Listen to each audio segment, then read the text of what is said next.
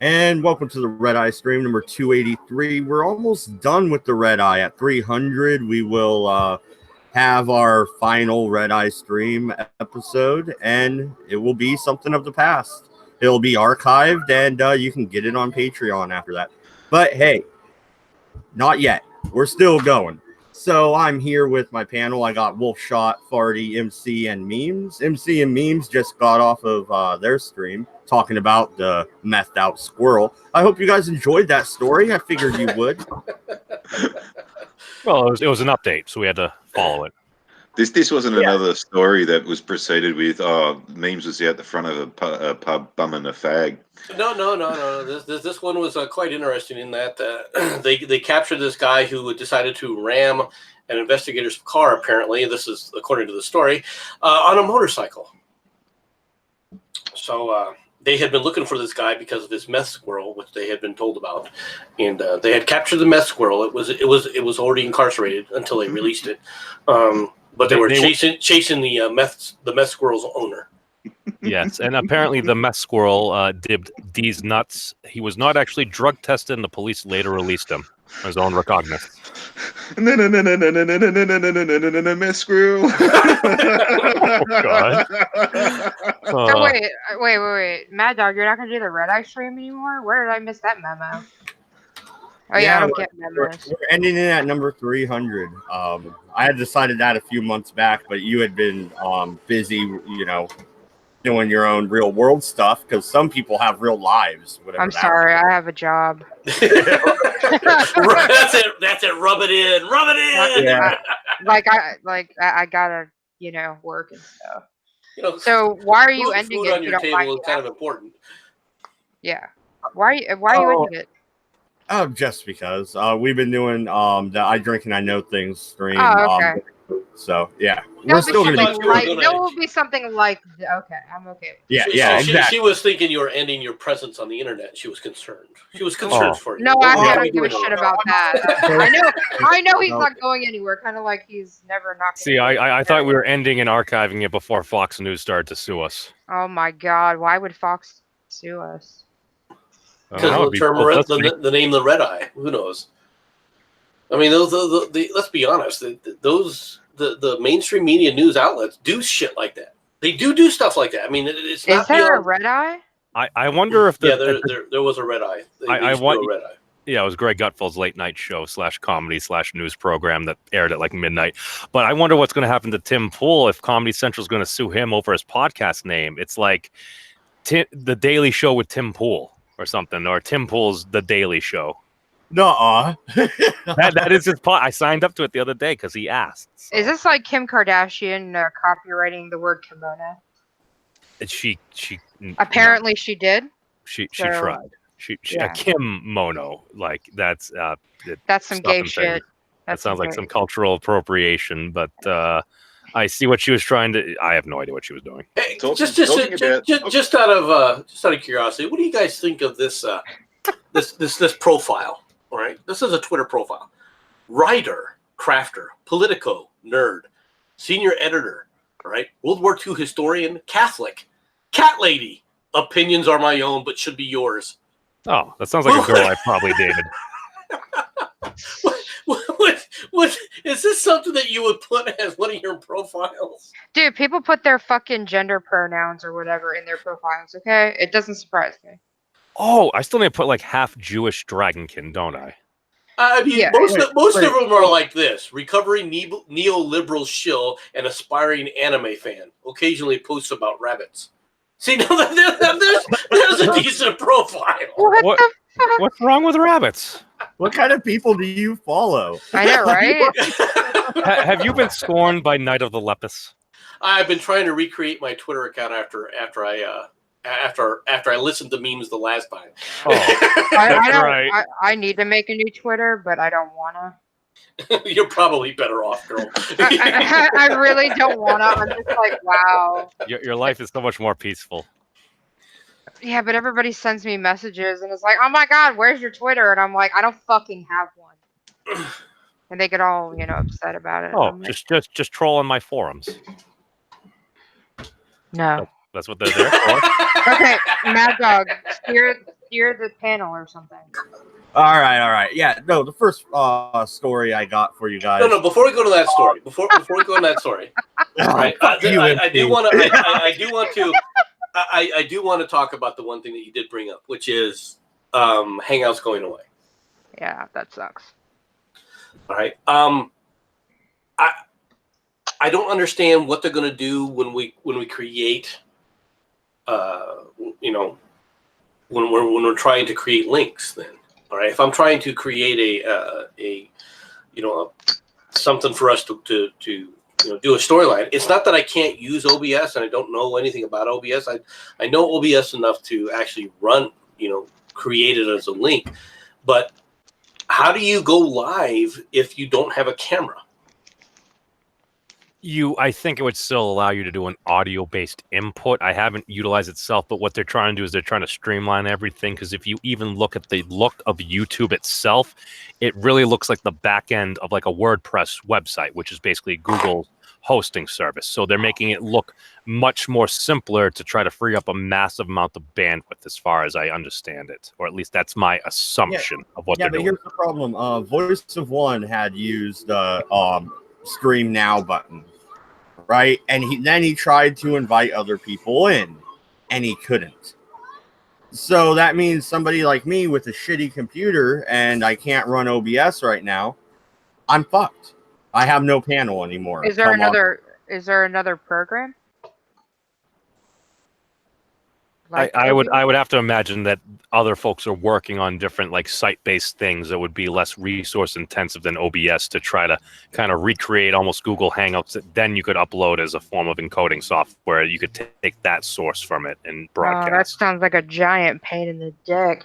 Well, that's why then you make it easy so people Memes, actually. have you tried to utilize the YouTube stream balls, whatever? What? The YouTube stream thing that they're replacing Hangouts with. Have you have you used it? No. I don't see a link to let me try it yet. You need to go in to use Google Chrome. Yeah. That's where it has the maximum compatibility. It'll say like at the top when you're logged in, go live now. Yeah, I have seen it. Oh, is that what that is? It's based off of they're trying to streamline basically the site as well as the mobile version, because the mobile version already kind of had that for a while. But don't you have to download an app for Google Chrome? If for mobile you need to download the YouTube app. As far as Chrome, I believe it's built into Chrome. They're trying to make things a lot less resource intensive, because let's face it, Hangouts right now, I mean, you have multiple camera feeds that can be broadcasting. You have audio as well. And I think one of the reasons they're getting rid of Hangouts is to free up bandwidth for things like Google Stadia. Okay, sorry to interrupt, but Suit Yourself is in the chat. Hi, Suit Yourself. He says, BitChute live streaming beta looks like Google Hangouts with more features. Oh, BitChute now has live streaming? It's in beta, apparently. Okay. D Live too, he says. So you could stream directly from that as a source. Mm-hmm. Yeah, but I'd rather go to BitChute for live streaming, to be honest. But BitChute takes forever to upload fucking anything. It does. It does take a long time to upload. I did notice that. This is the biggest bitch on the planet about let's not use YouTube anymore. Well, everything else sucks. I hate to say that, but Jesus it's Christ. not as efficient, that's for sure. Well, it's also what we're accustomed to, because this is basically the prevailing meta for the past couple of years. But Woolshot's right. I mean, if you do a side-by-side upload between BitChute and Hangouts, or BitChute and YouTube, it's not a comparison. BitChute will take 3 to 4 times longer. I've actually ran this test. So, like, with all their competitors being so far behind YouTube, is like YouTube just realised that they've got no alternative but to try and outshit their competitors. I think part of it too, and again, I'm not sure of this, but I know in big tech, there have been certain instances where competitors have literally been bought out, and then the company sometimes just parted out or some intellectual property taken, but that doesn't seem to be the most competitive actions to take. So fucking sucks, man. Well, BitChute seems to be the next real competitor for YouTube. So And I saw that Suit said it's not released yet. But yeah, if they're going to have a streaming service, that's awesome. That's what I've been waiting for. The other thing is Flying Falcon asked in the chat, can you use BitShoot on a phone yet? Is there an app based available for like iOS and Android for BitShoot? I don't know. My phone's dead right now, or else I'd check for you guys. But my phone's dead. Karen Marine in the chat also says Zoom works well. I don't know what Zoom is. It's a conference call program, I believe. I see. Yeah, Zoom video communications. I see that. It's like GoToMeeting. Oh, okay, it's like that. But how would? See, So this is why I I'm not in wouldn't mind doing what everybody else does and running OBS and doing it through Discord. It's just my computer won't do it, and I don't have anybody reliable that can run it for me. It's time for a GoFundMe, motherfucker. Sorry. Well, that's an option. You can do a KickFundMe. Or whatever. I don't know. A fund for Mad's new computer for stuff. And gays. Gays. Yeah, seriously, just name it that. Mad Dog needs a new computer for stuff and gays. It'll be great. Suit's saying that also there's library, which I have seen, I believe, a review / infomercial for, which they do seem to be trying to occupy that portion of the market that's going to be going away. Yeah, I actually signed up for it and downloaded the app on my PC. So far, my YouTube channel has not fully copied over yet. They said they have a backlog and it'll take a while. I'm waiting for that to happen. Then I'll go ahead and go through it and see if I like it or not. But I did go through the steps to have my YouTube channel mirrored over there. And it's a blockchain type situation. It's almost like, you remember Livewire back in the day, except for this doesn't have viruses on it. Well, it seeds, and the more users you have, the more effective it works, because now you have more potential processing and sharing power. I know BitShoot has seen a very large spike more recently, adding users in to the point where they literally couldn't even handle the traffic at that point. And Suit did mention that Ray, I believe he's one of the owners or / operators, is adding more servers in. So as more folks go over there, because I opened up a BitShoot, and what it does is, from the time you create it, you can select an option in there to have everything that appears on your YouTube channel to be updated. But like MC says, it definitely does take longer because they don't have all the resources that Google has at this point. I just wish they wouldn't be taking away Hangouts. It's the simplest way to do this. We do it every day almost. I mean, it's simple, you know. It's a couple clicks. That's it. And now I feel like it's all going to be buggy and mess up. Watch. Just wait till August 1st. Yeah, it'll be a change. I mean, we'll have to wait and see how it works. I mean, I'm hoping that there's something that kind of replaces it, so I can continue doing what I'm normally doing on my morning streams during the week. Right, because it's very effective. I think that it's a great format for me, and I'd hate to have to change and rearrange my format just because this service, which allows me to do it, goes away. I mean, there are other options. It's just that, again, we're not really familiar with them. I know, like, when I was setting up the Skeptics Guild website there, the package I signed up for, it does include the ability to do Google Hangout-like things there. I'd have to double check with Optimus to see if we could set that up. I did look into the video and hosting options, which do require monthly funds, usually going around to a few $100s a month, depending on how many actual users you wanted to simultaneously host there. But there are, like we were just talking about, there are similar things there. I can look into more of that after we finish this up. I just had a stupid idea, Dodge. I'll talk to you about it after the stream. Remind me. Okay, talk to the Aussie about stupid idea. All right, gotcha. It's gotta be stupid and gay. But no, I don't know. They've been warning us that Hangouts was going away for a while. We all knew it. Now they gave us a hard date, and it's really close. So that sucks.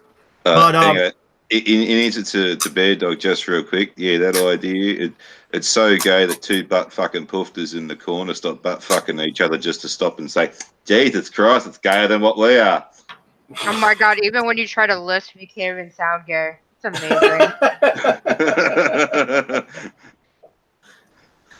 All right, you can get on your other story now, man. Dodge. I'm sorry for. Well, yeah, no, the first story, and I'm going to direct it right to you, MC. So Obama appointed a judge. Said judge has now halted all construction on the border wall. Surprise, surprise, there, right? Well, I mean, this is what it was always going to come back to anyway. It was always going to come down to, the court systems because everyone runs to the court to get decisions on anything and everything. And that's the kind of litigious world that we've gone into. And this is the problem when you've got courts that don't want to respect. And it doesn't matter if it's a Republican, appointed judge or an Obama appointed judge. It doesn't freaking matter. The judiciary has been out of the control when they've made their ruling on what was it? The Miranda decision. Ever since the Miranda decision, the courts have become more and more aggressive in trying to dictate what should be going on throughout society. And the Miranda ruling, when I've said this before, was one of the worst rulings, and ever since then, it's just been getting worse and worse and worse. Well, yeah, and first off, on that story, they're gonna hammer President Trump and say he's not doing what he said he would, while the courts are what's holding him up. So politically, this will end up hurting him a little bit, right? Once again, will this be an effective technique to change the political process within the country? I really don't think that's going to make any kind of difference, because no one's going to be looking at the fact that Trump didn't do anything on the border if the courts are the ones stopping him. They're not going to blame Trump for that. It's not going to hurt him that he's being stymied by the courts. Okay, from a political perspective. So from that part of the political perspective, I don't think it has any effect on the upcoming election at all. But once again, what's going to be important isn't a ruling that happened in June of the previous year. Okay, for what's happening, over a year ago. A court ruling over a year ago is not going to determine whether or not a president is going to be viable for re-election or not. That's going to be long forgotten about. Next June, you're going to start to see what's really going to be important to people and what the election is going to turn on. I mean, and we're over a year away before any of that happens. So, to even say that this is going to hurt him politically, no, not really. It isn't. How's it really going to hurt him? Right? Is it going to make the intensity on focus on who he picks for a Supreme Court justice? Could it turn something like that? Yeah, it could add to it from that perspective. But once again, that's a year away. If you really want to know the truth of the matter, the courts are not going to be even talked about unless during this next year, one of the Supreme Court justices decides to retire or dies in office. If Clarence Thomas dies in office, if Ruth Bader Ginsburg dies in office, okay, if any of them get hit by a truck, if Roberts gets run over by a truck and dies in office, okay, then the Supreme Court will become an issue. Okay, and to be honest, it'll become an issue only for both sides, and it'll be a rallying point for both sides. Okay, so that then can become a major issue going forward with this. But a single ruling here or there, or any single ruling here or there, isn't going to make any kind of determination as far as from a political perspective. I just don't see it. Well, no, and in related news, about 200 individuals in Eugene, Oregon, decided to lock themselves up in the cages to protest children being detained. Do they light the cages on fire? No. Memes. Are they well-intentioned, bleeding heart liberals, or are these a bunch of fucking dumbass hippies locking themselves up in cages? I know the answer. I live around Eugene, but you go ahead and give me your hypothesis. Well, why were they in the cages? Were they smoking weed? MC, that's what you do before you get into the cage. Otherwise, you might get a little paranoid. So it sounds to me like a bunch of individuals that just the thought of children being in cages just absolutely abhors them. So they're protesting by locking themselves in cages. I mean, I haven't read the story. I mean, just based upon what you said, that sounds like what's going on. They have the right to protest. They're exercising it. I don't know. I never said they didn't have the right to protest. I'm just asking you, are they idiots? Well, I mean, you have the right to think whatever the heck you want. Thoughts and actions are different. I fully support you to think whatever the heck you want. I'm just giving my take.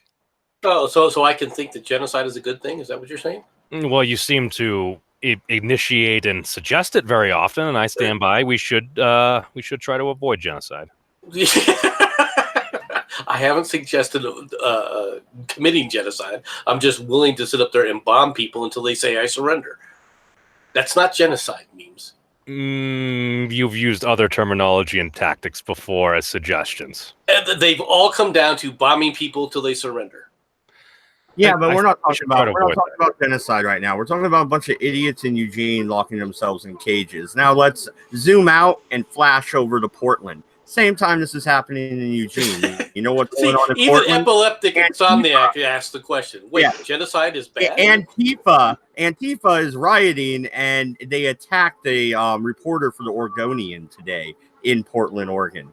Wonderful, just wonderful. Oregon is great. Oh, by the way, the governor's still after those Republican senators. I guess they didn't show up today. That's nice. So basically, they reneged on the idea that they were going to pull the vote, and so the senators decided to say no, we're still not showing up. Yeah, exactly. So at the same moment, there's a riot going on in Portland. The governor's more worried about finding these Republican senators. That's leadership. God damn it. I hate this state so much. Wait, what rioting is going on? Antifa's clashing with the Proud Boys in Portland. The police, last I heard, told them to stand down. Now they're just yelling at each other. But there was an Oregonian reporter attacked and assaulted by Antifa. Okay. Do we have a story at all corroborating? I saw it on Twitter. The story was out on Twitter. It was released by the AP. Yeah. All right. No, I'm just curious. It sounds like MC is looking for it right now.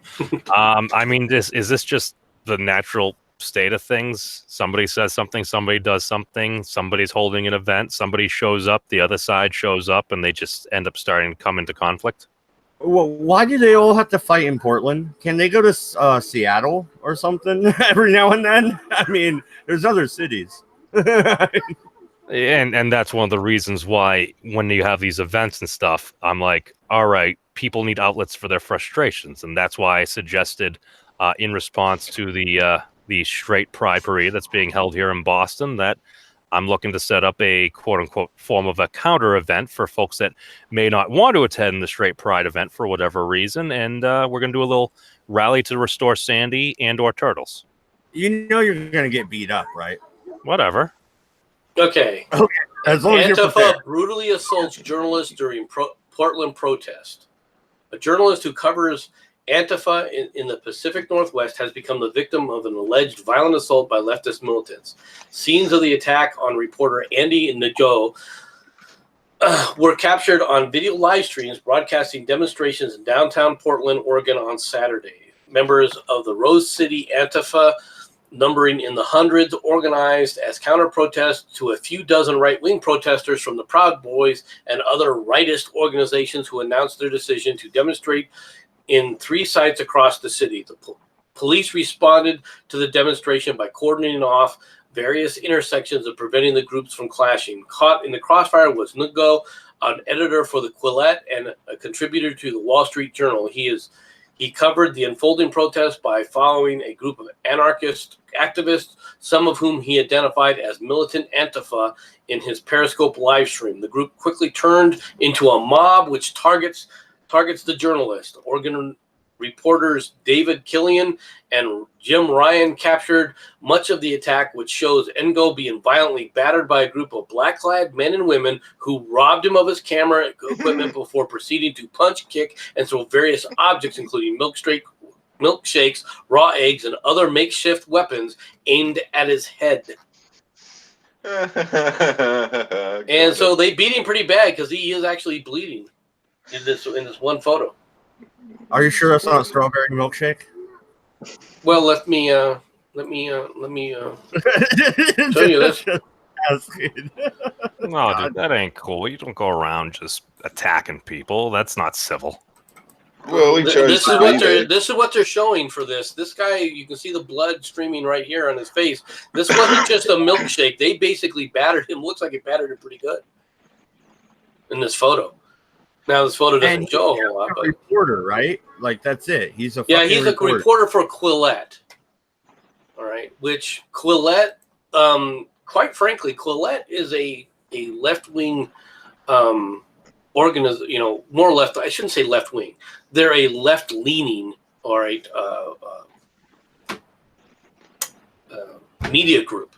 All right, but lately they've been getting hammered for not being far left, all right, more and more, and as a result, their reporting has become, you know, very anti against the authoritarian left. They're turning into Tim Pool like a reporting group, and so they've been getting targeted now because people find out they're from Colette and they're like, you're sellouts, and they've been taking a hell of a verbal beating, but now it looks like they're taking physical beatings as well. So now we got folks attacking the press. More so.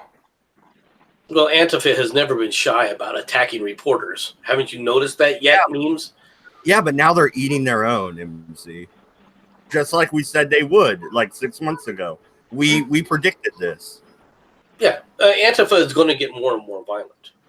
That's just the way it is. Now, you had hundreds of protesters from Antifa going after dozens of protesters for the Proud Boys. Why did you even bother showing up? Yeah, exactly. If the Proud Boys can only gather in groups of a dozen here and a dozen there, is this really a significant threat? In a certain way, it's like a Charlotte, but in this case, the person who got attacked, all right, was a welcome back, Brad. Bullshit. The person who got attacked was a reporter for the Quillette.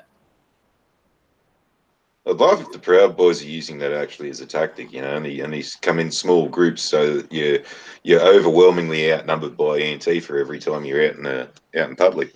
Well, more than that, they also did something to prevent the police from being able to be effective. They decided to run these protests simultaneously in multiple areas of the city. Right? This basically forces the police to try and defend multiple different areas, and it strains their resources to the max. Yeah. So they want the violence. And you know, the Portland police don't fuck around, right? You've seen the same pictures I have. They don't fuck around. They will go in there in riot gear and they will fucking knock you down, zip tie you, throw you in the back of a van. They don't give a fuck, dude. Yeah, I've got a video up on, I've copied off Live Leak from Portland, one of the protests, and you see the coppers coming up through traffic and behind this tram, and these Antifa protesters are standing there in this intersection, and like by the time the coppers are visible to the protesters, they're only like about 5 or 6 feet away from them. So all of a sudden, these cunts in riot gear appear out of fucking nowhere, and all these Antifa cunts shit themselves. They're trying to run, they're getting grabbed left, right, and center, and thrown all over the fucking place and beaten to shit. And my contribution to the video is just I'm cackling like a fucking schoolgirl over the top of it. Your voiceover is your laughter. Yeah, and the best part about it is like at the end of it, right? Like the end of the video, it goes for about 2 or 3 minutes. There's this old granny standing on the corner, and she's watching this whole thing appear, like just happening feet in front of her, and she's there just 2 thumbs up, at the coppers, like yes, yes, yes, you go, yes. Hey, Wilshot, I got a question for you because you're being a former cop. You've gone through this kind of stuff. How much taxing on a resource just to protect a single event does it take? It's a pain in the ass.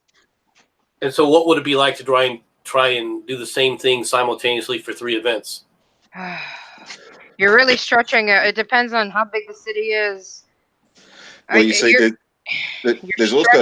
You're stretching it very thin to begin with. There's also one term that you use there, and I don't know whether it's used correctly in the proper context and whether it does translate in the same over to America. But you said that the police responded to 3 different locations. Now, the term responded or responding or respond to basically means that you're getting, well, 000 calls or 911 calls to incidents, and you're actually moving without prior knowledge to the incident. Now, well, in this case, what I meant it for is they were responding to the request for 3 separate simultaneous things, trying and coordinate 3 separate areas. That's what I meant for. Yeah.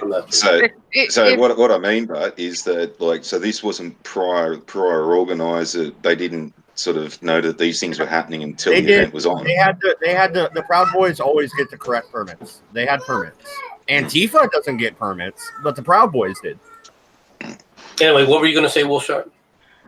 Well, if you look at, I guess Baltimore would be comparable. I guess when all that bullshit was happening, I mean, they were stretched so thin, and it wasn't one event after one event after one event. It was like several small events clusterfucking this one big event, if that makes any sense. Like, so I mean, we can have a huge concert here. Like, we had Something in the Water, which was like, I don't know, a watered down Coachella type fucking music concert, cocksucking bullshit, whatever. And that was fine. But if you have that on top of 3 other concerts and then a rally, I couldn't imagine that going down as well as we would hope. What I'm getting 3 events are we responding to? Sorry. That's what I'm getting at. It's even worse when it's 3 non-prior organised events. I mean, like the cops would have got the resources for the Proud Boys event. They would have cancelled leave and pulled resources out of different areas, and made sure that their footprint was covered whilst they could still cover this event. And then all of a sudden, holy fuck! Now there's 3 even bigger fucking events happening. All of a sudden. Now they've got to scramble resources and all this kind of shit. They're probably all their public order and riot mob are at this already one event. Now they've got to scramble fucking riot cops from other places and other police. Right. From other areas. In this case, I'm sorry, Rose. I was just going to give you some information from the background. What we were talking about is Proud Boys decided to do a protest in Portland again this week. All right, and so today they decide, but when they did it this time, they got permits for multiple areas. All right, not just a single area. They got it for multiple areas, so that they were doing this in multiple areas. Okay. And so, I mean, the police are trying to cordon off an area, but now they got to cordon off 3 areas. All right, and the resources. That's why I was curious about the resources to. Well, if they have permits prior, then they know about it, and then they can allocate accordingly. And with every event like that, like Proud Boys or like the KKK or like this neo-Nazi, whatever the fuck kind of agitation group gets a permit, they know there's backlash. So they have to account for it. Well, in this case, it makes it very difficult. You have triple thing, right? Well, you absolutely have to account for any type of counter-protest when you're dealing with the Proud Boys or the KKK or neo-Nazis. That's just going to happen. And I want to clarify, you're not connecting the Proud Boys to the KKK. No, any agitation group that gets a permit. But there is a security risk element to them, associated with them. Any agitation group. Agitation meaning anything that's going to cause a fucking stir. Basically, any time if there's an event going on where there's a high likelihood or probability of other folks coming to oppose said group, where there could potentially lead to like violence. Pride. There were anti-protesters at Pride. They have to account for that. Period, and they do. So having three events on top of each other with the proper permits, they had enough time. I'm sure they had enough time to allocate people. They probably pulled police officers from different counties, cities, whatever. Yeah. Yeah, well, they even have to do it with rock concerts and shit, thanks to fucking the 1980s and things like Axl Rose and shit like that. I mean, like, it's not just protesting groups. I mean, like, it could be Axl Rose. Axl Rose has a fucking hissy fit, and then the whole fucking crowd goes apeshit. Yeah, I mean, rock concerts are tame in comparison to what they were. Yeah. Well, you're also factoring is alcohol served, because when I was going through and filling out that permit, it specifically asks, will alcohol be being served? That's and then you have to, then it goes through a whole nother process. If there is alcohol being served, you have to go through another fucking 10-page long bullshit diatribe about safety, security, etc., police presence, all of it. It's crazy.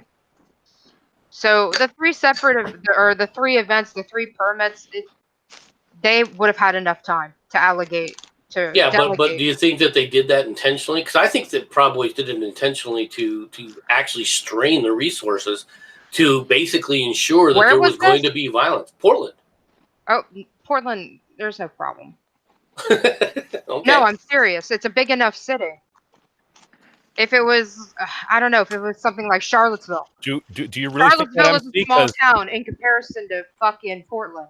No, this is weird, because I was actually just kind of thinking the same thing that MC just brought up there, because when I went to the freedom of speech event in Concord, basically there were some Proud Boys there, but we were all in one area. So basically the 60 officers that showed up to help keep the peace, they were able to pretty much almost like a full circle around the area. Or at least a full half circle. I'm not going to attest to know what the Proud Boys were wanting to happen. They're always, the Proud Boys always like a bit of violence. They're a little bit violent. That's okay. So my big issue is once I learned more, especially after the fact, about that. I remember because I was offered a chance to join the Proud Boys. All I know is the oath that I would have had to say and stuff. I just didn't agree with it. So yeah. Oh yeah, you named the 5 cereals. I will never apologize and stuff. I was in the Proud Boys girls group for a while. Yeah. I wasn't very much into it because I don't fucking sit at home and cook and clean. I'd rather be out there beating the shit out of somebody. But that's just me. well, see, that's why I always thought you go to rock concerts so you can just hop in the mosh pit and just kind of push some people around. God. Dude, that's we let the security guards do that bullshit. Oh. And here at the annual general meeting, we'd like to say here at the Proud Boys annual general meeting that the Proud Boys girls have made a wonderful record on their bake sale. Woohoo! I mean, that's pretty much it. Seriously, that's it. And I'm not about that life. I'm about going out there to protest and beating the shit out of somebody. And here's Bear Dog with the lovely dress that she made. Yeah, exactly. Yeah, I'm like, that's not me, you guys. No. We have to discourage violence. Let's all hug and sing Kumbaya. They're kidding themselves with their thing. We're not violent. We're not violent. I've seen it. Please. But no, I don't think Portland was stretched then, honestly. If that was their plan to do that, maybe, but I don't know. Are we talking about that reporter that got his shit kicked in by Antifa? Yes. What a fucking bitch that's gotta be, going to your mom and being like, I got tackled by all these pussies and they beat the shit out of me. Fuck. What do you? Hey, there was like 100 of them though. Like they could have taken me out. You know what I mean? What do you say to that? Like, oh my god, that's such bullshit. People are so fucking retarded. Was this at the Proud Boys rally? Is that what happened? Yeah. This is at this event. So they were so the Antifa was counter protesting the Proud Boys and decided to kick the shit in on this journalist. Yes. I can just see it. It's like going to be like that fucking thing from Gulliver's Travels with all the little tiny people fucking knocking him down and shit. No, but seriously, I just saw a picture of the guy. What he looked like. It didn't look like there were hundreds of people pummeling his ass. It looks like he got hit 2 or 3 times, and that's it. Now, I expected this man to come out looking like a pancake if hundreds of people were wailing on him. it depends on which video you're looking at, because I've seen several that are pretty violent. Well, did they get arrested? Did the people giving this dude a pummeling get arrested? I don't know the answer to that. Wow. That's a good I'm not sure. Chances are they melded into the crowd and disappeared. Well then. Portland's not London. There's not a camera on every block. I'm not advocating for that either. I don't know. So I'm looking at a tweet right now. Hold on, let me share this real quick. I do know that they kind of surrounded him. They put him to the ground and they took all of his equipment. They took his cameras and everything else that he was doing things with. All right, so here's a tweet from Andy No yesterday. He says, "I am nervous about tomorrow's Portland Antifa rally. They're promising physical confrontation and have singled me out to be assaulted. I went on Tucker Carlson last year to explain why I think they're doing this. They're seeking meaning through violence." And he's Azalil looks like a flyer or perhaps Facebook or some form of a group, basically against fascist violence, community self-defense, attack, Proud Boy attack. Oh, is this an article or? Huh, I'm not sure. Yeah, no, that's all I see. And then Jimmy Dore tweeted 2 hours ago, "Cop just bashed me with his club for no reason.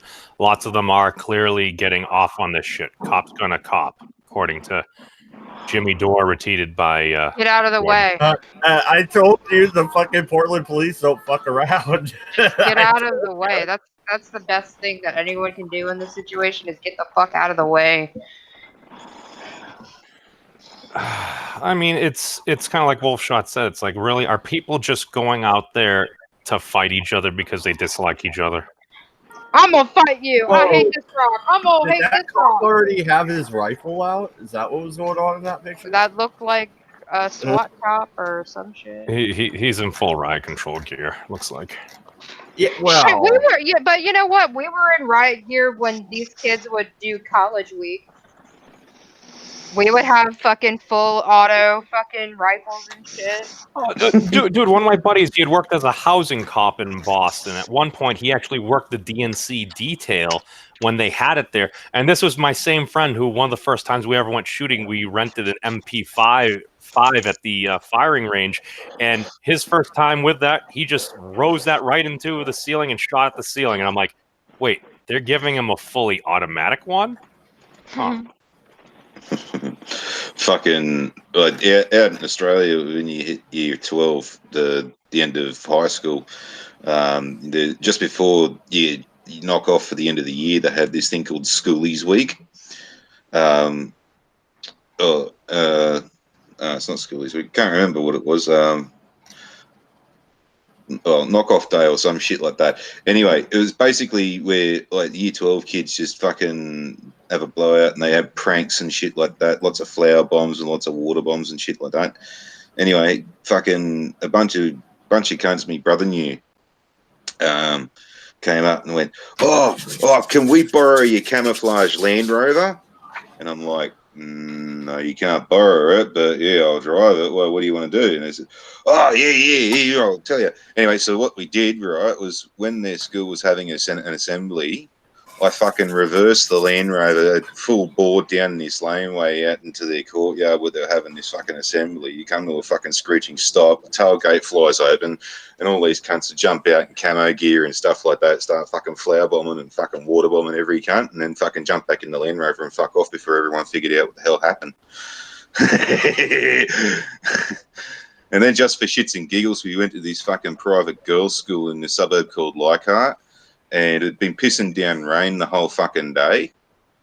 So we got onto the nicely cut grass fucking courtyard thingy-doodle, done these fucking dirty great big burnouts, and because the Land Rover's got these dirty great big tires on them. We left these fuck almighty fucking trenches in their thing and just started doing this gigantic fucking burnout.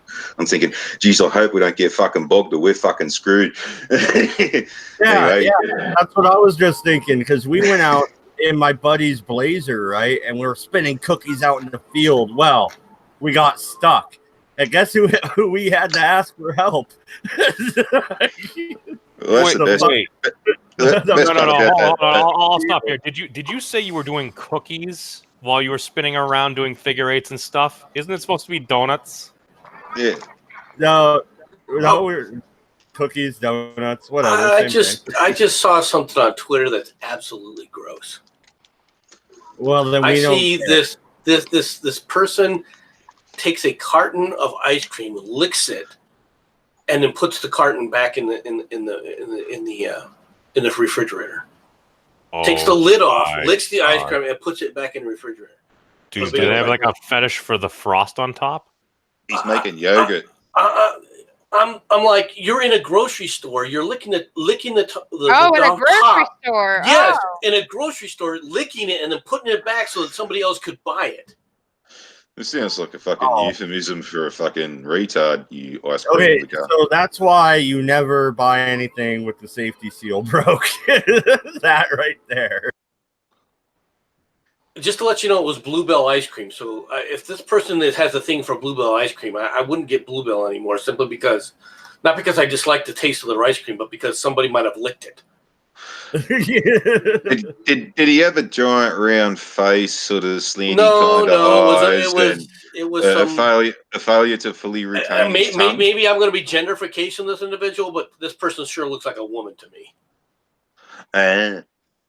So whatever you guys do, don't read Sharati's story she posted in chat. Would she be? Would she? That'll make you read the story. Would she be easy to see in a room with the lights out? Well, it explains a lot, doesn't it? Only with her eyes open and her mouth. No. The story that Sharati put in the chat. Texas man admits to kidnapping 79 people to anally probe them while disguised as an alien. What? A man who was arrested yesterday by the FBI confessed to kidnapping and sexually assaulting several dozen people while using costumes, drugs, and special effects to have his victims believe they were abducted by aliens. Is it just me? And with all due respect, I know he can't help the way he looks, but does he look like an elf? He does look like an elf. Oh my god, he could almost get away with the alien bit. Could he be a traveler from another planet? I realize this man has committed horrific sexual crimes as well as altering people's states of reality, but he looks No, like... I don't know anything about this site, World News Daily Report. I'm not sure if this is a true story or not, but this is pretty freaking horrible. I really hope this is like the Weekly World News, man. Hey, I'm hoping this is worse than that. I'm hoping this is The Onion. I really do. I'm hoping this is not a true story. Either way, it's newsworthy. He would insert his fingers and objects into various body cavities, and he had created his own sex toys designed to look like alien tools and medical instruments. Oh, Jesus Christ. You wouldn't want to hope he started with your asshole. He chose victims who were gullible and might fall for his traps. Several of his victims were actually UFO investigators. Oh, okay. It is. Guys, I have probably the worst news that apparently this is true. And this is according to FBI.gov. Oh, he could face a term of more than 382 years to life in prison. He's 70-something years old. If you give, he's 73 years old. I mean, how much longer is he going to last to begin with? Yeah. About several seconds after he gets declared guilty, just probably so as he keels over, he can give the judge the finger. Go, "Thank you, cunt. What are you gonna do about it?" Oh, and the chat for this story is just hilarious. Turns out he was from Uranus. It's Planet Bob. I learned that from my 8th grade teacher. Did he sign up for Asgardia? Oh, man. Actually, I need to check my responses because I actually tweeted at them earlier. What if he just beams them up? Then what? Come on! As he has to phone home.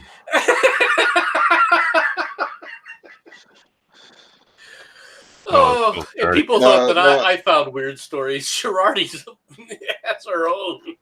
What's a whole on the boldly go where no one's gone before? I'm not surprised he's able to con so many people. I mean, like every time you see some kind of who reckons that they've been taken by aliens, they've got this kind of like the bit of a stupid sort of a role to them. Like, I've never been to school. In fact, never left my grandpappy's farm. He built that house over there with his bare hands. An interesting tweet going back to the original story of Portland from Tim Pool. He has responded to a police report that the police have received information that some of the milkshakes thrown today during the demonstration contained quick drying cement. We are encouraging anyone hit with a substance today to report it to the police. Yeah, so now you can basically injure people's eyes or respiratory tracts and everything like that. Because if you're handling, I mean, even when I'm dealing with like 20-minute mud or something like that, that's basically just plaster. That's not actual concrete, which actually has the ability to harden even harder. And basically, if that gets on any of your tracks, I mean, that's even then, the density of the material now is not of a milkshake. The density now is of concrete. All right, liquid concrete, but liquid concrete is a hell of a lot more dense. All right, than a milkshake. You can do a lot of damage flinging something like that. Just from the power, just from the mass in which you're doing this. This is not something you're not just throwing, a harmless liquid on somebody. It's not like hitting people with a water balloon. Well, concrete's also supposed to have an aggregate like blue metal in it as well. So there's fairly sizable particles in there.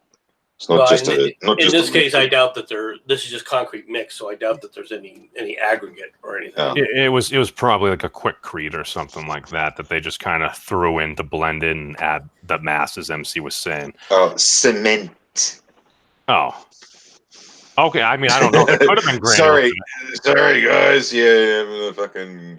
I'm just saying what's on the side of the bag, Farty. Leave me alone. I was hoping to de-escalate this, just highlighting my tweet to Asgardia, basically, because 6 hours ago, Asgardia tweeted the space-age presidency of John F. Kennedy, John Binsney, and J.L. Pickering, a book about the Honeysuckle Creek Station and its workers who were involved in transmitting some of the most watched images in human history.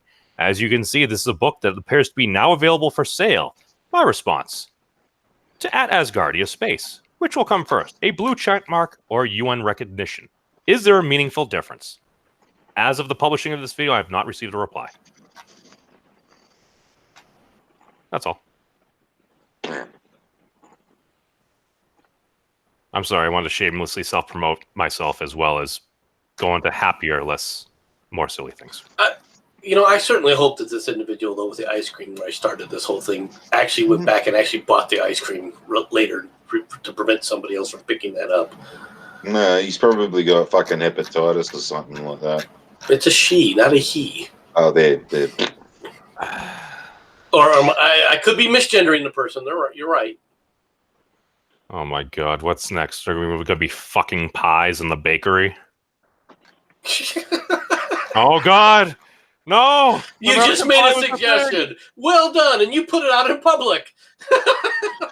She's a Syrian attack helicopter. She's dueling German warfare. I wish they would have combined the protest in Portland and the one in Eugene. We could have put the Antifa guys in the cages and poked them with sticks. It would have been great. No, we're not putting people in cages. We're already doing that.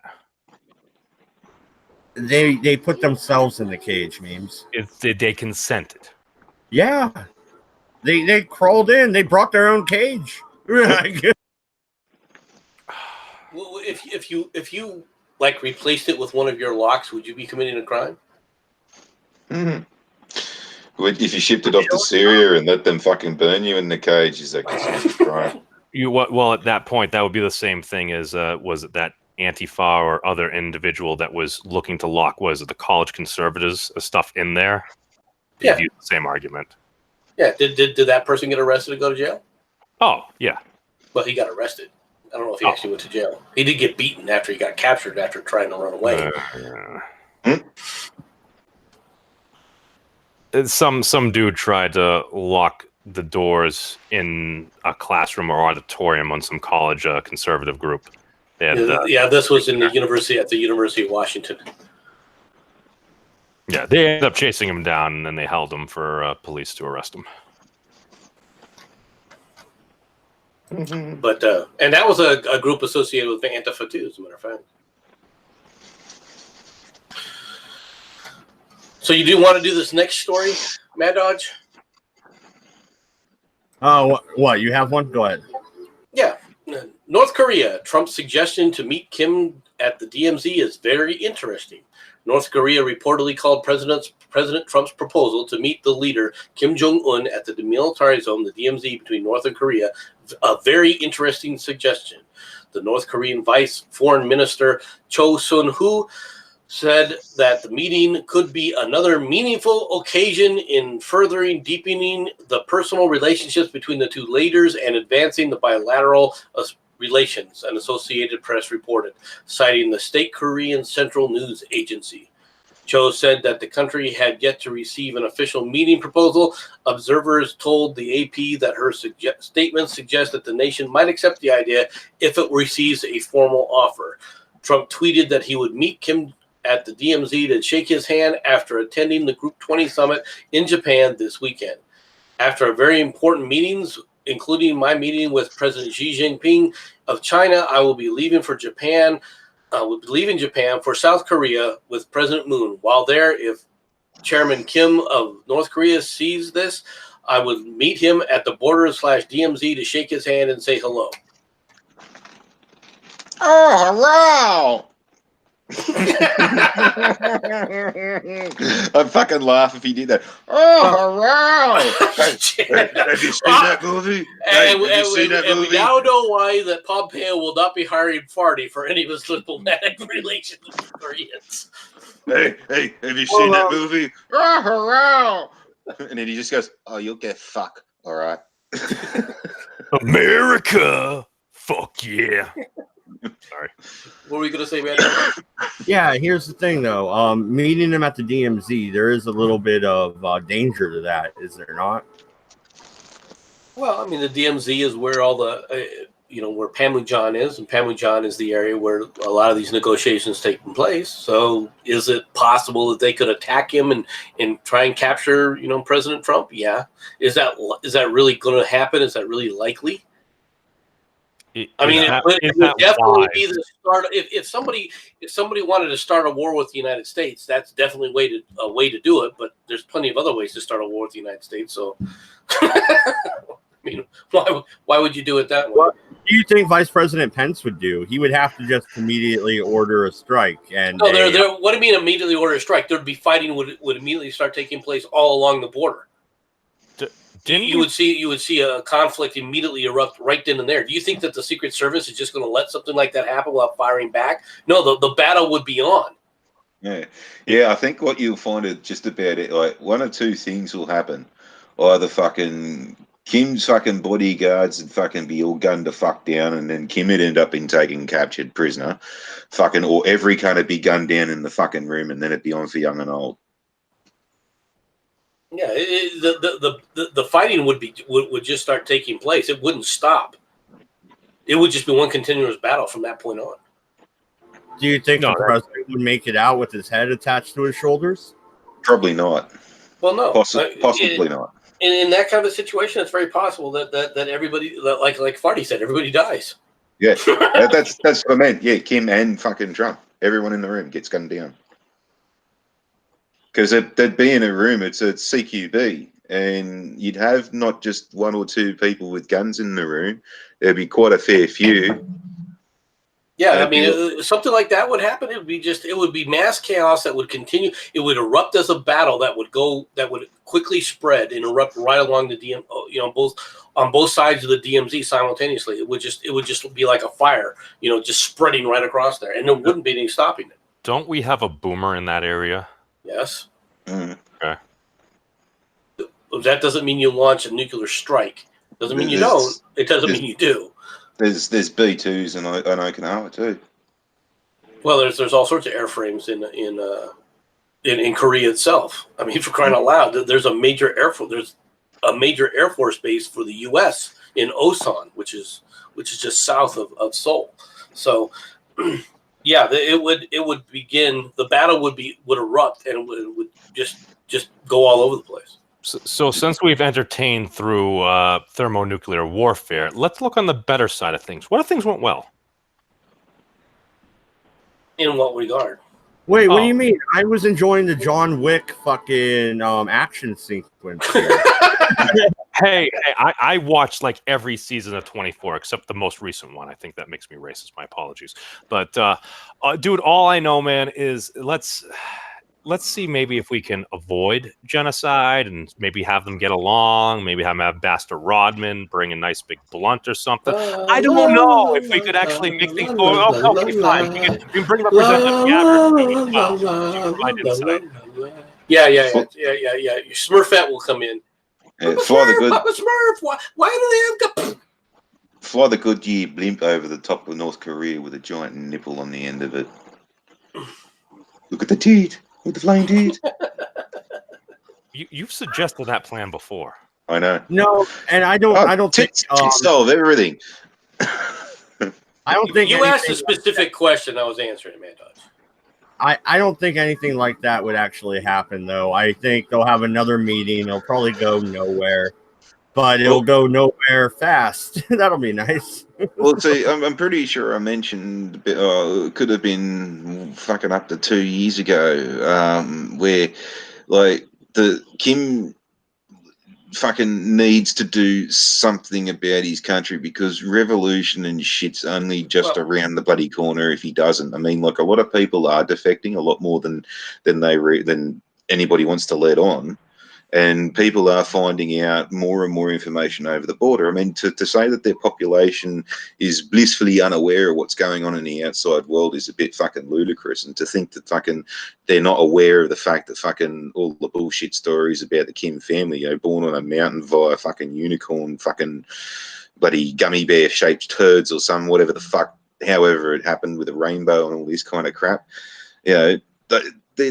They're only fucking shit scared that the next person's going to dob them in.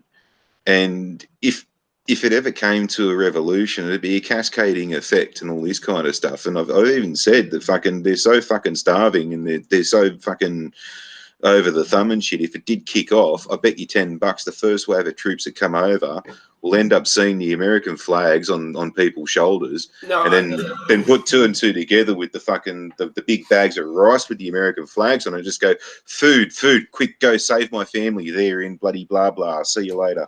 Yeah, the thing that I find quite interesting is this came after Trump had met with Xi Jinping. Okay, so it seems like there is some kind of interplay happening with China involved in this. Possibly. Well, I mean, isn't that what you would actually need to have? Actually, during your guys' stream, MC, when you and Memes were streaming, President Trump did put out a group of tweets. Oh my God, what were they screaming about? Sorry. He had met with China's president, or whatever the hell they call him, and they have agreed to stop tariff. They have agreed to stop tariffs where they are, and China will begin buying products from our farmers, and they will continue negotiation. And he said the talks went better than expected, and he is very optimistic. Now, I know that's half of that's political jargon for nothing really happened, but the one thing that did happen was China is now buying food. Why? Because they have to. Come on, they have to. Well, shit, we just had 3 Chinese warships abruptly fucking show up in Sydney Harbour just to buy truckloads of fucking S26 baby formula because they can't fucking trust any of theirs there.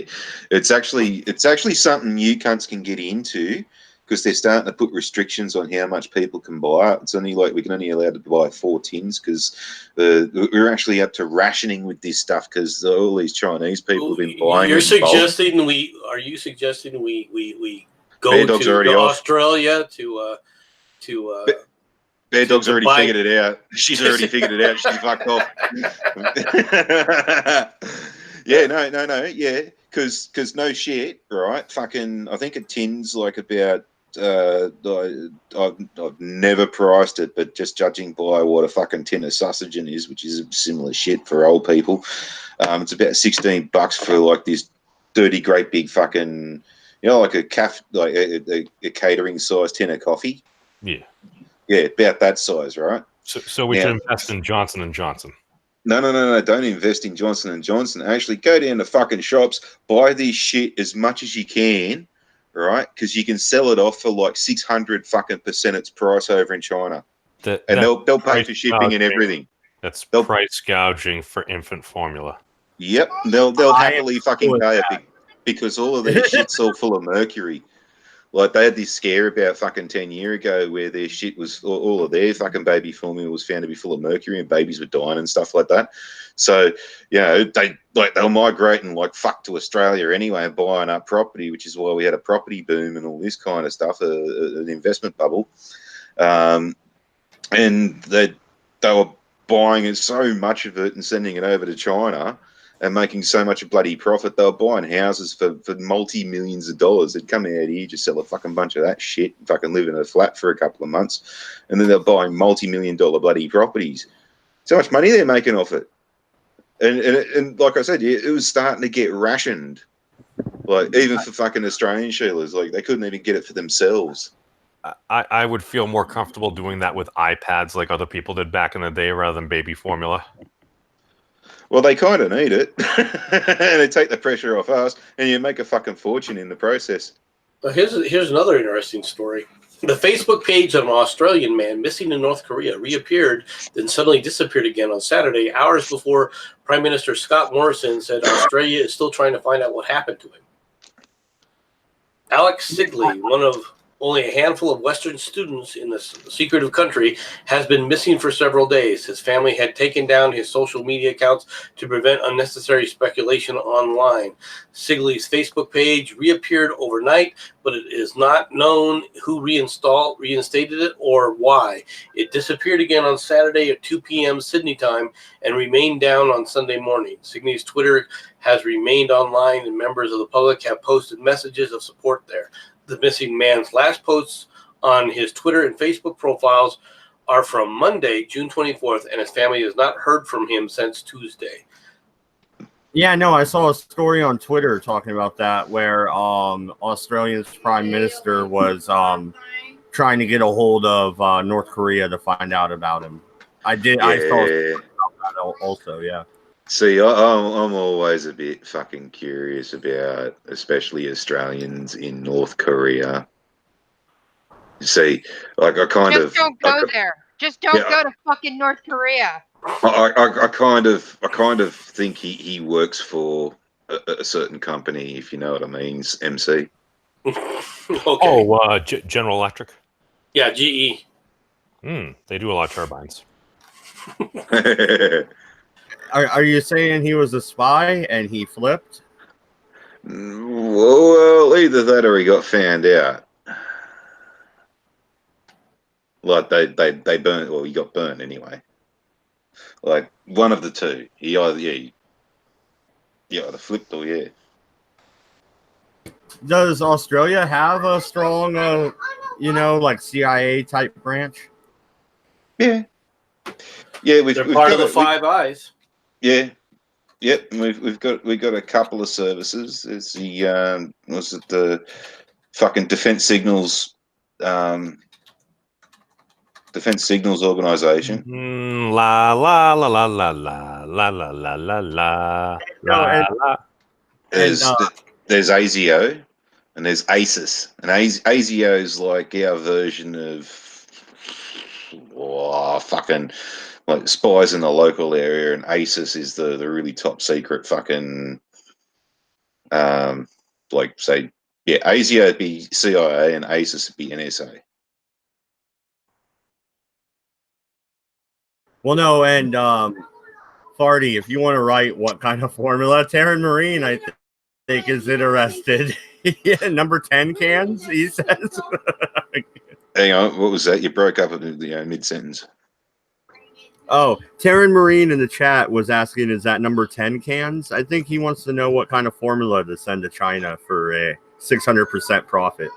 As much as you fucking want, you find yourself a buyer, like if you find them on the internet, and fucking it's the quantity they'll fucking buy.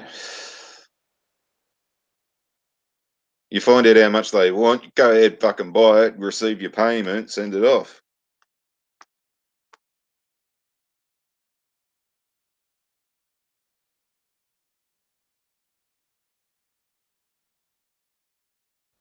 Oh, that's right. MC had to go do something. Hi. What we got? So aside from trying to make a killing on the suffering of children, is there anything else going on? Make a killing on it. I think they're suffering without the formula memes. Come on now. Yeah. No. Like I said, oh, okay. Here's fucking memes trying to like, oh no, we're making a killing. Oh, it's like war profiteering. Oh, it's not very good. It's like, well, in the meantime, the poor little cunts are suffering and starving and shit because they can't get formula without bloody mercury in it. Would you rather them have that memes? Geez, you're a nice cunt, aren't you, mate? Fucking Christ, buddy. We could start a GoFundMe. I don't know. It seems like more of a non-profit work. No, you see, I find it's better. My son is crying for all those poor Chinese kids. See memes? See what you did? I find it's better with charity that if you want the cunt to eat, you buy him the bloody food. If you see, if he's hungry, buy him the bloody food. Don't give him the money because you just buy the booze. If they need the milk formula, give him the friggin' milk formula. Don't give him the money and say, here you go, source it out, because then they'll just go to Australia and do the same bloody thing. They can't get it from here, they'll go to New Zealand. If they can't get it from there, they'll go somewhere else. It'll probably hit America and eventually anyways. So you may as well get in before fucking the market's all full. Well, at least China's trying to make some progress upgrading things. All right. So, in other news, Jimmy Carter claims Trump an illegitimate president. Is Jimmy Carter old and senile? That's what's going on, right? I mean, let's leave Jimmy alone. Hey, Jimmy, go eat some milk and cookies. You'll be all right.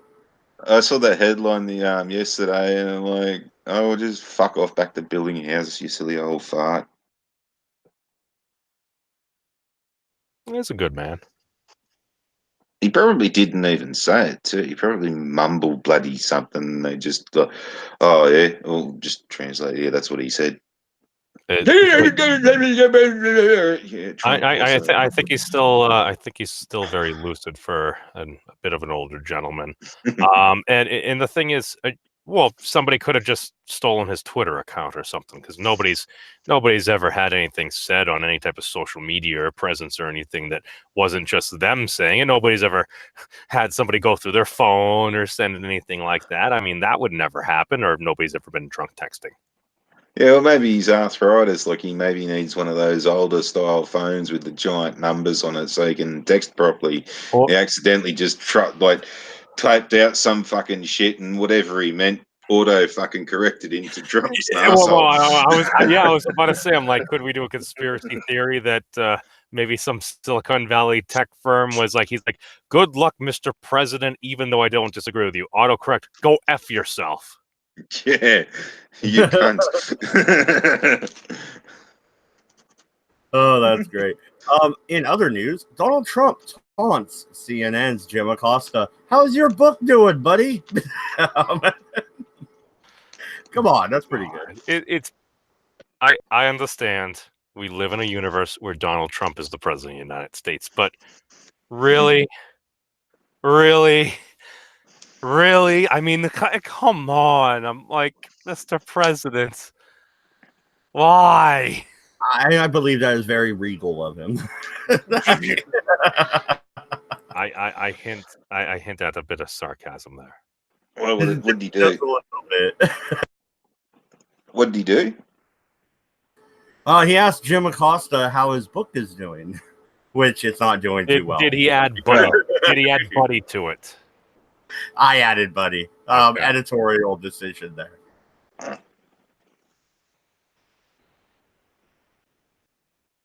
All right, then. Well, since we're not talking about Munchouts, I'm also going to shamelessly self-promote myself because I did a little meme.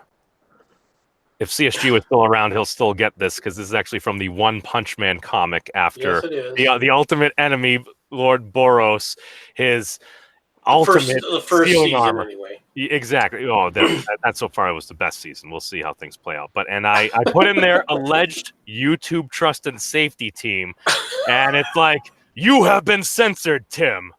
And then I took Tim Pool's head and put on Saitama, the main hero. He's like, Soka. It's basically the whole gist of the show is you have this character who looks so unopposing that every character he faces, more or less, no matter how strong, almost always ends in a single punch. Basically, he became too strong. They're basically doing a trope on anime villains. So this dude who's basically playing off of Dragon Ball Z and the Super Saiyans keeps powering up, keeps battling him, and he doesn't even care. Because Tim Pool said, he's like, yo, if YouTube bans me, he's like, whatever, man. I know he watches it, so I tweeted it to him. That's all. You have him as part of your repertoire of people that watch. Tim Pool is into the memes. Is that what you're saying? Oh, he's into anime. He's part of the anime community. Not heavily active. He watches the stuff. All right, We'll MC. Here's something from Rand Paul here. Rand Paul, some pro-life GOP senators aren't really fighting for the unborn. That's just the headline. If you want me to click on the full article, we can. Just from the headline, what do you think he means by that? Well, my response to him would have been, duh. Okay, this is a surprise to no one, and that people are pandering, that the people that claim to be on one side of an issue are pandering actually about the issue, and they have no intention of actually backing the issue. That's a surprise to anybody. Why would he make that kind of a? I mean, it's like, okay, and that's not even news, dude. Well, I went ahead and clicked on the article. Speaking at a Faith and Freedom Coalition's Road to Majority event on Thursday, Senator Rand Paul from Kentucky revealed there are senior Republican senators who disliked his proposal to include language in a spending bill to defund Planned Parenthood. That's because, Paul said, they cared more about getting Democratic votes than for a spending bill than saving unborn lives. Yeah. That is true. I think Rand is, I guess, Captain Obvious on this one, like you said. Of course they're doing stuff like that. I mean, what is this? That's like saying a politician is lying when they're speaking to you. What? That's not right. Oh, okay. All right. You mean to tell me that you believe it when a politician tells you something? I take everything into perspective, at least as best I can. So, in other words, you just said nothing memes. That had nothing to do with my statement. I weight my sources based upon level of accuracy, situational awareness, and I asked a very specific question, which has nothing to do with your sources, has nothing to do with anything else. It has to do with your personal opinion. All right, in your personal opinion, when a report or when a politician is telling you anything, do you believe them? Oh, I believe they're telling the truth. That's why it takes them like 5 to 10 minutes to do so. Yeah. Okay. So when a politician says he's going to do something, you believe he's going to do it. All right. They vaguely, like when Mr. Biden was asked last night, Vice President Biden, or the other day, they're asking, he's like, that person should not be the focus. I'm like, he's completely not answering the question that was asked. That's not the question I asked you, though. That has nothing to do with the question. Wait. That has nothing to do with the question I asked you, Memes. Does that make me a politician? No. I think I'm fulfilling that definition at the moment. Actually, wow. You're fulfilling that portion of the definition. But have you ever been elected to public office? I served as a senator for UMass. School doesn't count. Not publicly. No, although it was a public school, so no. I'd say, well, I was a senator, but is it a public office? No.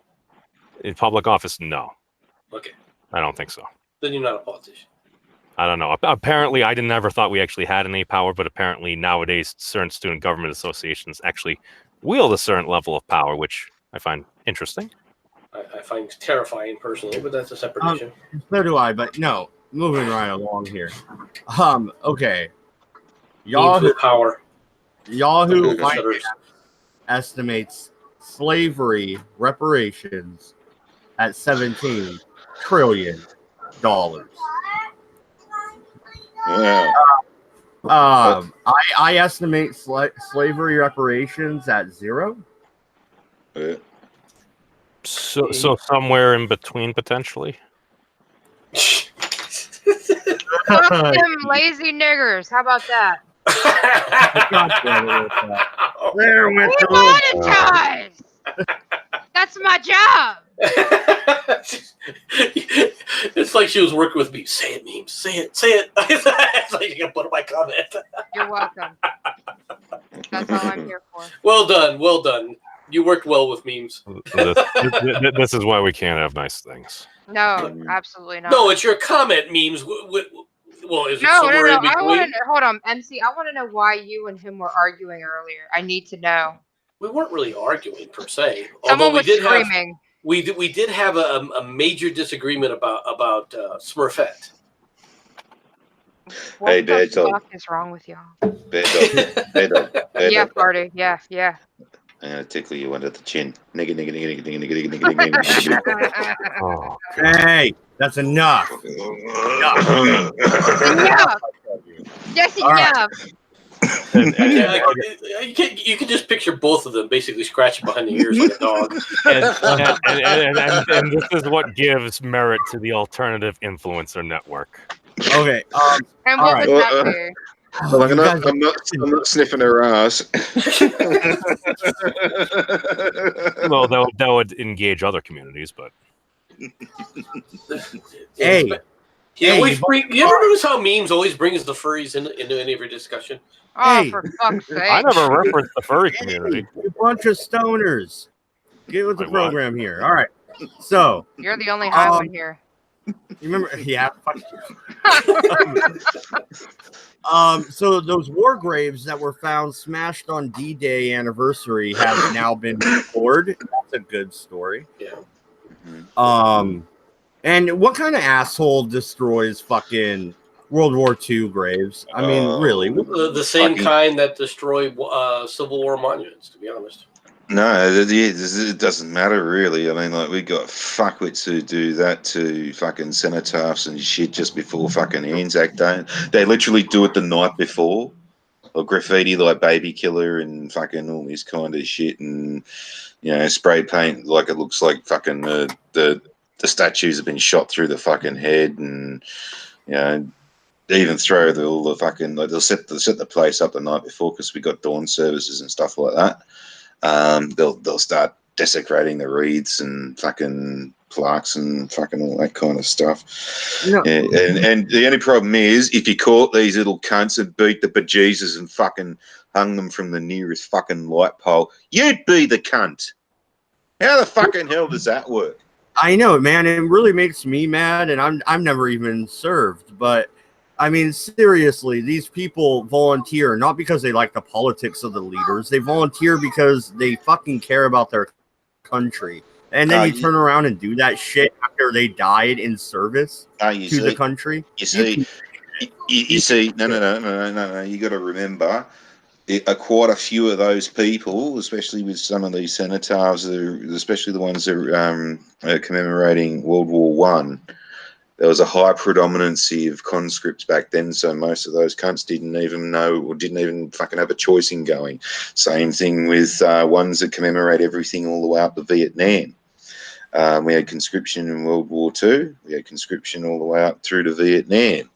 And it's only just at the end of Vietnam that we got rid of conscription as a referendum, which also brought the voting age down to 18 instead of 21. Also brought the drinking age down as well, and the smoking age.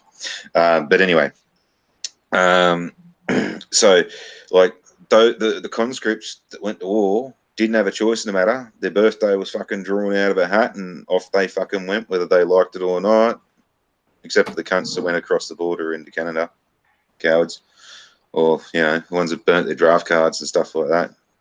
Fucking, they should have taken their bras off and burnt them too. Fucking girls. But anyway, yes. So that's also the desecrate. That's also the pissing on them poor cunts. Didn't even fucking have a choice in going. And now, you know, the pissing on the dead cunts that fucking probably didn't even want to be there in the first place.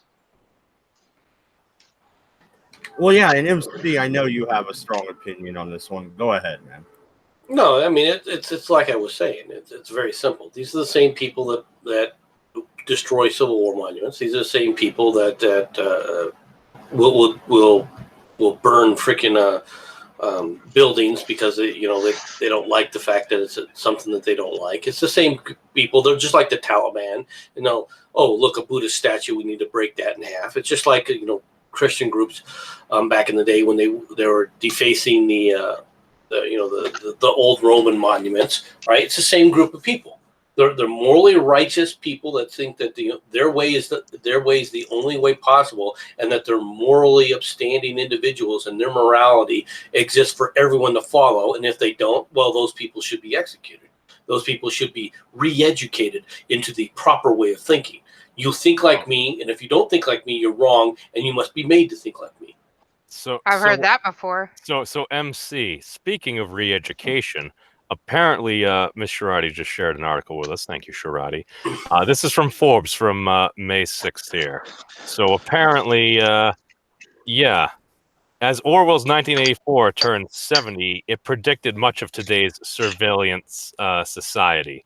So, as we can see here, George Orwell's famous novel 1984 turns 70 years old next month. Looking back on its predictions and the state of the world today, how much did it get right in the predictions of a dystopian surveillance state where every word is monitored, unacceptable speech is deleted, history is rewritten or deleted altogether, and individuals can become unpersoned for holding views disliked by those in power? It turns out Orwell's predictions were frighteningly accurate. How scared should we be? Thank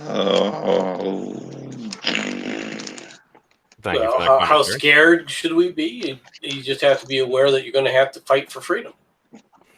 Well, that's the biggest thing. Really, people look. You're going to have to defend yourself. Defend your freedoms. All right. The idea that someone's going to do it for you, that's all sounds all well and good. All right, but the reality is no one's going to defend your freedom for yourself. Can we do it on the internet? Nigga, no. Okay, so I think that answers that question. So you're saying we need to turn the internet into real life? No, you need to sit up there and we need to create it so that these are actual platforms now, that people accept the fact that they're not publishers or platforms, and that they can't then go around banning people. Mm-hmm. And I don't care who it is. I recently ranting feminists got banned off of Twitter. It needs to stop. Yeah. Okay, this shit just needs to stop. There's no reason to be banning people. If you want to say, look, we're going to give you a timeout because you're abusing the system because we don't like, something specific, such as we don't like, coarse language or something like that. You can't swear. You can't do that. All right, fine. All right, that I can deal with that. But if you can come back and go, well, you're just bullying that person. I'm sorry, but then you're not acting like an adult, and you shouldn't be on the platform anyway. If that's your feelings, if your feeling is that person should be banned because they're bullying, then as far as I'm concerned, you should be you shouldn't even be on the platform. Because you can't handle acting like an adult. You can't take responsibility of somebody else dissing you, or even multiple people getting in your face and telling you you're wrong. If you can't do that, then don't engage in that kind of an activity. Well, MC, there's a very fine thing, and although I agree that free speech is a major thing, and I don't want to see people getting banned. I think a lot of these things can simply be taken care of by perfectly already implemented filters that can be chosen to be used, because we've had search filters and everything like that for years. But the thing is with that, it's the bullying thing. I think that gets conflated like a number of other issues, because you can have the simple, I disagree with somebody, and somebody, the way they disagree with me offends me. That is different than somebody just maybe like a young lady on a Twitch stream just kind of playing League of Legends, and all of a sudden people just start like making all like these sexist or racist comments to a person out of the blue. So they start making those comments to that person out of the blue. So what? Is she an adult or isn't she? Is she willing to sit up there, and if she doesn't like going to those kind of environments, and she doesn't go to those kind of environments. All right. If she doesn't, I'm sorry, but I disagree with you totally. Now that's not saying that a child, all right, if the person's a child, that's fine. Then it should be, these platforms can't be accessed by children. Okay, that's how it should be. Yeah. Well, MC, to be fair, I mean, based upon that, there is actually a capitalistic argument there as well, because if that is an obstacle for certain people, I'm basing this off of an experience I had when I was going to grab a new phone at the Apple store, speaking with a lovely young lady. She was assisting me, giving me all the information I needed on the different products. And I mentioned, maybe do a little gaming or something. She mentioned she played League of Legends. I had told her that I, too, had played that for a while.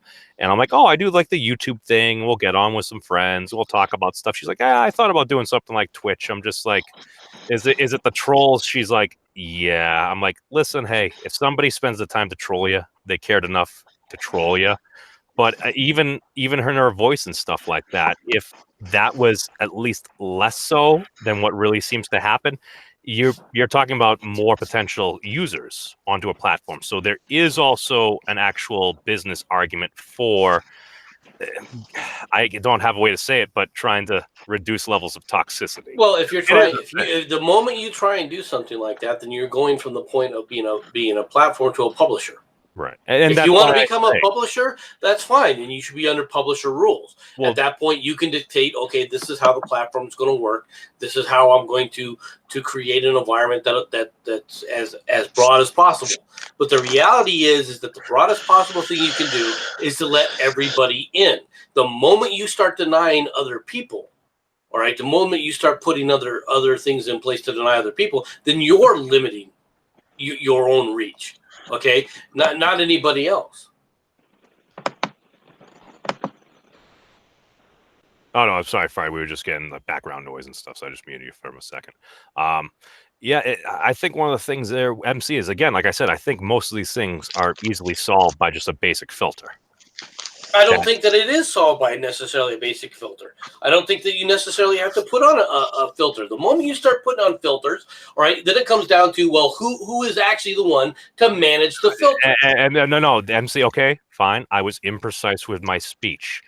Individuals can select whether they want to see different things or not. So, like, if I'm going to use a search engine and I want to have safe search on, I have the option to do that. If I want to take it off and see absolutely everything on the surface of the internet, but the moment you do that, the moment you put into that, then you're allowing somebody else to sit up there and select what's categorization to utilize. Well, how are you categorizing? No, it's what they simply view. No. It isn't just what they simply view, because what they view is going to be categorized, right? Which means the publisher, in this case, is deciding, okay, this content goes over here, this content goes over there, this content goes over here. They're the ones making the selection of which group you belong into. So people should or should not have choice for what they are viewing. People can have all the choice for what they can have whatever choice they want. Just go to, if they don't want to go inside of this medium, if they don't want to use this, they don't want to use this platform, then they don't use that platform. It's just that simple.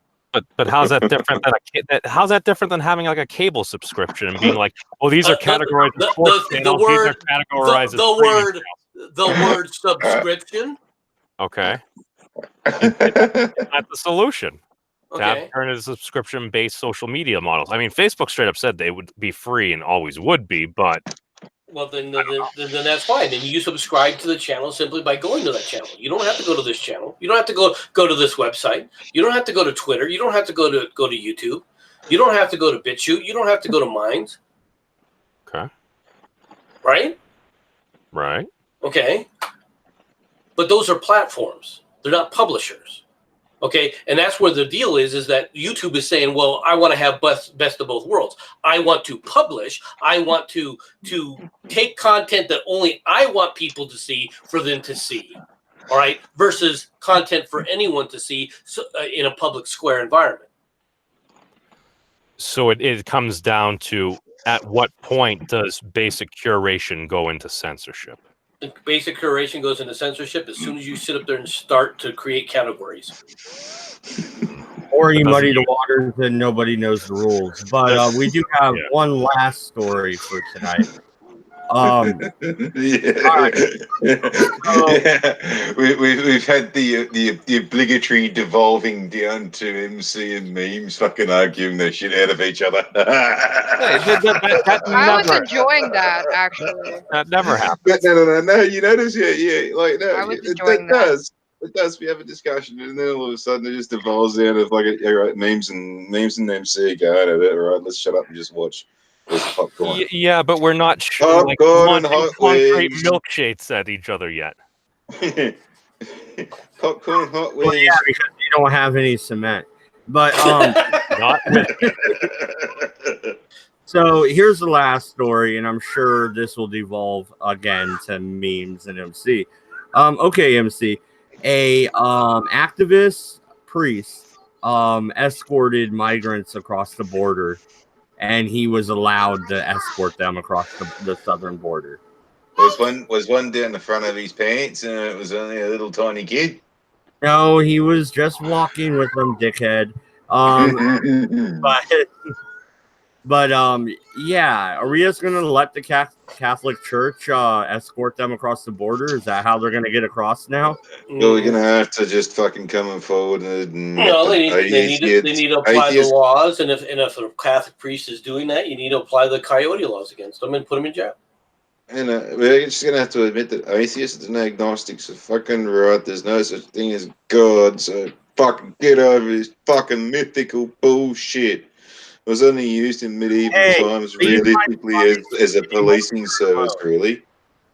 No, it was only used realistically in medieval times as a fucking policing service. Don't do this and don't do that, or the mythical being looking down on you at all times is going to fucking smite you from above. Fucking give you fucking warts and shit. You know, turn your wife into a frog and fucking blah, blah, blah, blah. You know, they didn't have cops back then. So how did you have a law and order? The fucking church. Oh, I did something wrong. Oh, yeah, give us money. There's a fine. So what you're saying is we need to make God great again. No, we need to fuck him off. So so fucking priests and shit can't pull this crap off.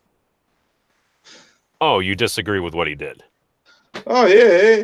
Because soon, right, they're already fucking arguing for it out in Australia and in a lot of other countries that we should insist on fucking having the Musos be dealt with Islamic law and shit like that, which in kind of a way will backfire on them when they start losing their hands for petty theft.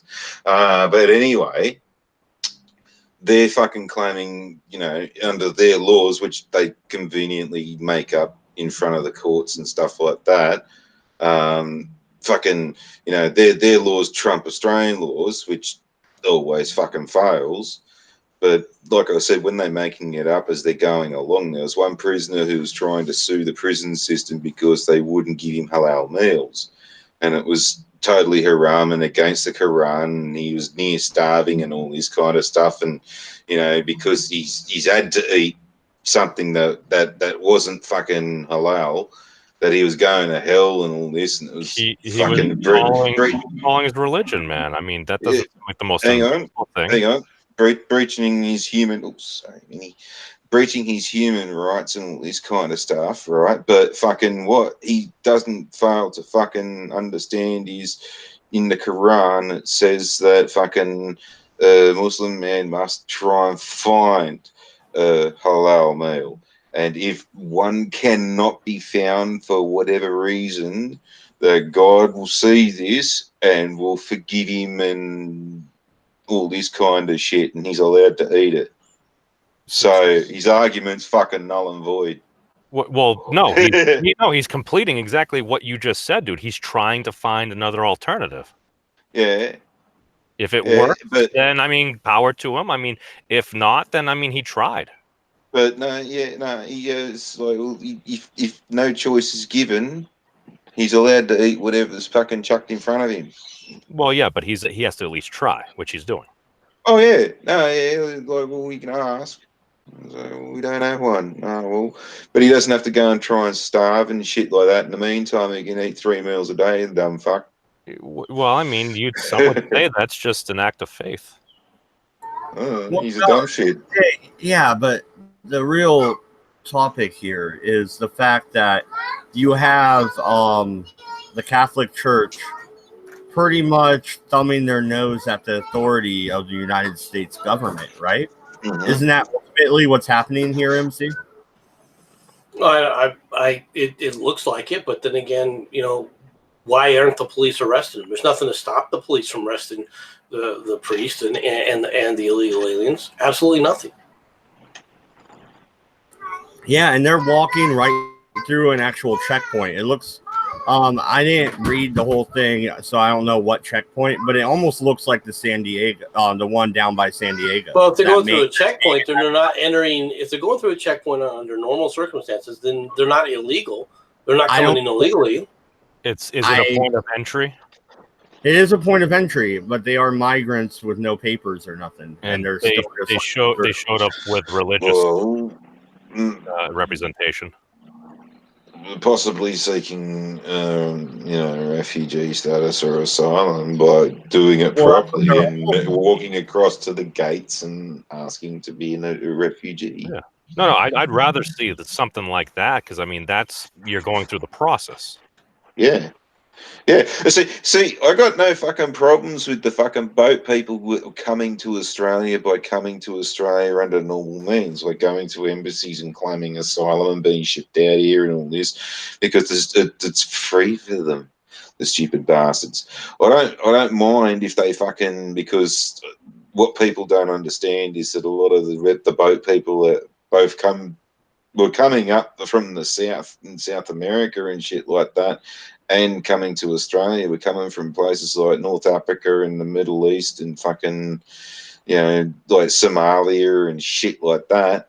And they were bouncing through a bunch of different countries to get to both South America to come up to North America in part of those big fucking caravans. And what were coming to Australia in boat loads, like 50 a week and shit. Now what's going across, still going across the Mediterranean. Fucking, they were bouncing between a whole bunch of countries, a lot of them friendly to Australia, like India and Indonesia and stuff like that, who are making no effort to fucking stop these cunts either until we started throwing them back the way they came. Then they sort of had a bit of a sook about them being there in the first places. Well, you had your chance. Your problem. Bye-bye. Fucking, but like they could jump ship there while they're taking on food and fuel and seek out the Australian embassy, but they don't. They continue on trying to illegally enter the country. Right. In this case, you don't have an illegal entry into the country. No. You have an actual legal entry into the country. Is that necessarily a good thing? Maybe, maybe not. We don't know the circumstances now of the individual. Wait, no, can I walk up and go, hey, Padre, can you escort me over into Mexico? I want to go to Mexico for the day, and I have no passport. Yeah, sure. I don't think that would work. If he's doing something under false premises, then yeah, you can arrest him. Right? We don't know the circumstances in which this was taking place, though, do we? He might have just showed up and said, "Oh, we got a bunch of orphans and sick children. We'd like to cross over and seek asylum or medical aid or something like that." Well, it could be any number of things that could be going on. It could be the fact that these kids, they think that they're actually immigrants, and it may be that they're actually Americans and they got lost over there and they're taking them back to their families. Who the hell knows what happened? Oh yeah, that's another thing there too. Yeah, fucking deported because fucking they could be being sold into slavery. I mean, but either way, that's illegal too. So I mean, if there's a law broken, then yes. But as far as a priest taking people across the thing through a legal port of entry, I have no problem. No, well, there's been a bunch of cases where there's like the parents and the kid were born in America, but they've had their grandparents in Mexico, and then like they're gone across the border, and then fucking like the Yanks wouldn't let the daughter back into America because they're saying that she's actually a spick citizen or something like that because I don't know, fucking some fucking reason. So they got separated, and now the daughter's living with the grandmother, and the parents can't go and see the daughter or some fucking crap like that. But apparently that's happened a lot. So there's like kids been separated from like actual American kids been separated from their fucking parents because apparently their parents are Yanks, but the kids are not. There's no way that the kid isn't. If they're born and they're American citizens, the kid are not American citizens. Yeah. Now it could be the other way around, where the adult is not an American citizen, but the child is. That's a possibility. Well, it's the argument usually is this is administrative cock up or some fucking stupid bullshit like that. But yeah, apparently it happens quite a bit. I've never heard of that happening. You go look it up, mate. Yeah, you go look it up. I'm too wasted to fucking do so. Yeah, maybe I'll look it up. But no, that was the last story I had. We will be coming back for the World War I stream tomorrow. If I have a panel for Monday, we'll be back Monday as well. Since it's summertime and the panels, it's been hard to put together a proper panel. So we might be going to 3 times a week. I'm not sure yet. I'll keep you guys posted though. Everybody have a good night and don't go to France. I mean, go to France. We love France and we love you, YouTube. Google, you're amazing. Goodbye, everybody. I like turtles. Babies. Turtles suck, memes.